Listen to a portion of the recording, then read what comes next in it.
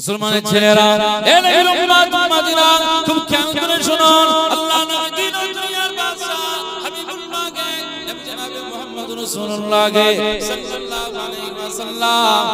নামাজের ভিতরে সিজদাতে রয়েছে বড় উটের নাড়িগুলো মুস্তাফার পিঠের উপরে চাপিয়ে দিয়েছেন এটা কষ্টকর এটা অনেক কষ্টের ব্যাপার কত ধৈর্যের পরিচয় দিতে হয় কত ধৈর্যশীল হতে হয় এই পরিস্থিতিতে আম্মা জান ফাতেমা রাদিয়াল্লাহু তাআলা আনহা কাফের বেঈমান বেদিনদের দিকে ঝাঁঝালো সুরে কথা বলেন সেই সময়ে আব্বা জান মুহাম্মদুর রাসূলুল্লাহকে সাল্লাল্লাহু আলাইহি ওয়াসাল্লাম আম্মা জান ফাতেমাকে লক্ষ্য করে বললেন ফাতেমা ও মা ফাতেমা রাদিয়াল্লাহু তাআলা আনহা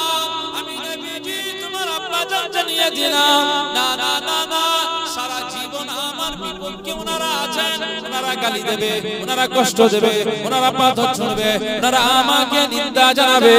না না না না ওনারা ওনাদের কাজ করো আমি মুহাম্মদুর রাসূলুল্লাহ সাল্লাল্লাহু আলাইহি ওয়াসাল্লাম আমি আমার কাজে মশগুল থাকি একদিন না একদিন আমার আল্লাহ পাক ওদেরকে ভুল ভাঙিয়ে দিবে যদি ওদেরকে না ভুল ভাঙায় নিশ্চয়ই ভাবে আমি রাসূলুল্লাহ জানিয়ে দিলাম ওদের সন্তানদেরকে আমার আল্লাহ পাক ভুল ভাঙিয়ে দিবে নিশ্চয় নিশ্চিত ভাবে আমার আল্লাহ পাক এই মক্কাটাকে আমার আল্লাহ পাক মুহাম্মদুর রাসূলুল্লাহ সাল্লাল্লাহু আলাইহি ওয়াসাল্লামের হাতে তুলে দেবে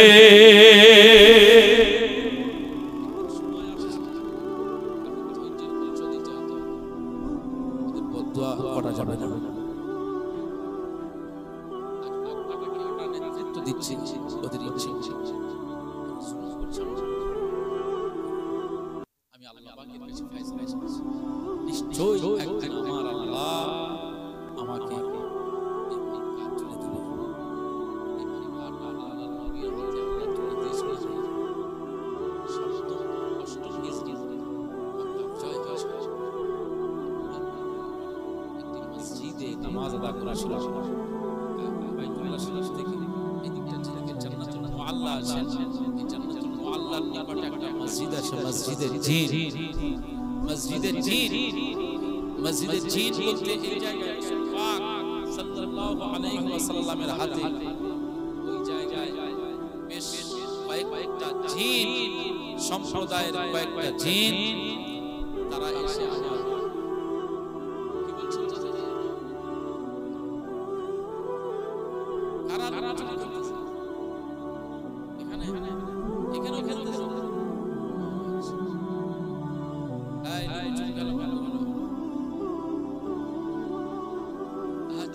আচ্ছা মাশাআল্লাহ একটু সতর্ক করে দিচ্ছে যারা আগে যাচ্ছেন তাদেরকে একটু সতর্ক করছেন আলহামদুলিল্লাহ হ্যাঁ মজলিসে ঘুমাবেন এই জায়গা আপনি ঘুমাতে আসেন শোনার জন্য আর একটি আলহামদুলিল্লাহ সুখবর আমাদের ভাইজান হুজুর এসেছে একটু তাকবীর দান তো নারে তাকবীর আওলাদে মুজাদ্দিদুল জামান এই জমিনে পদার্পণ করছেন এই জমিনে নিচ্ছেন খেতে আমরা খুশি হওয়াটাই স্বাভাবিক দরবারে ফুরফুরা শরীফটা আমরা কেন বেশি ভালোবাসি কারণ এই দরবারে যিনি ধারক বাহক ছিলেন মুজাদ্দিদুল জামান আমিরুশ শরিয়াত আলা হযরত দাদা হুজুর কিবলা রাহমাতুল্লাহ আলাইহির মাধ্যমে আজ বাংলার মুসলমানেরা আজ ইসলামের সঠিক দিশা সহিহ আকীদা সুন্দর সুন্নতি পায়রবিটা সুন্নতি পন্থাটা মুজাদ্দিদুল জামানের ওসিলায় পেয়েছে ঠিক না বলুন তো সেইজন্য আমরা এই দরবারের ফুরফুরা শরীফটাকে অনেক ভালোবাসি মহব্বত করি আর এই মহব্বতটাই যেন আমাদের থাকে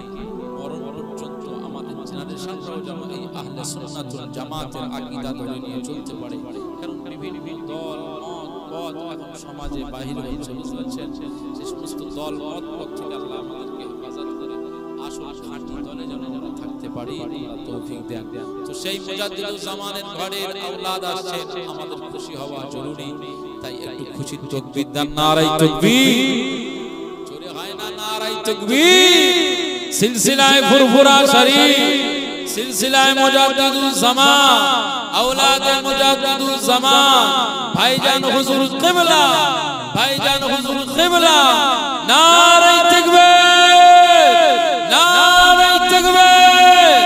अल कुरानेर आलो आरो जोरे अल कुरानेर आलो अल हदीसेर आलो अल हदीसेर आलो আমরা মুসলমান শান্তি চাই বলেন শান্তি চাই আমরা মুসলিম শান্তি চাই ভারতবর্ষ বলুন জিন্দাবাদ ভারতবর্ষের ঐক্য জিন্দাবাদ ভারতবর্ষের ঐক্য জিন্দাবাদ না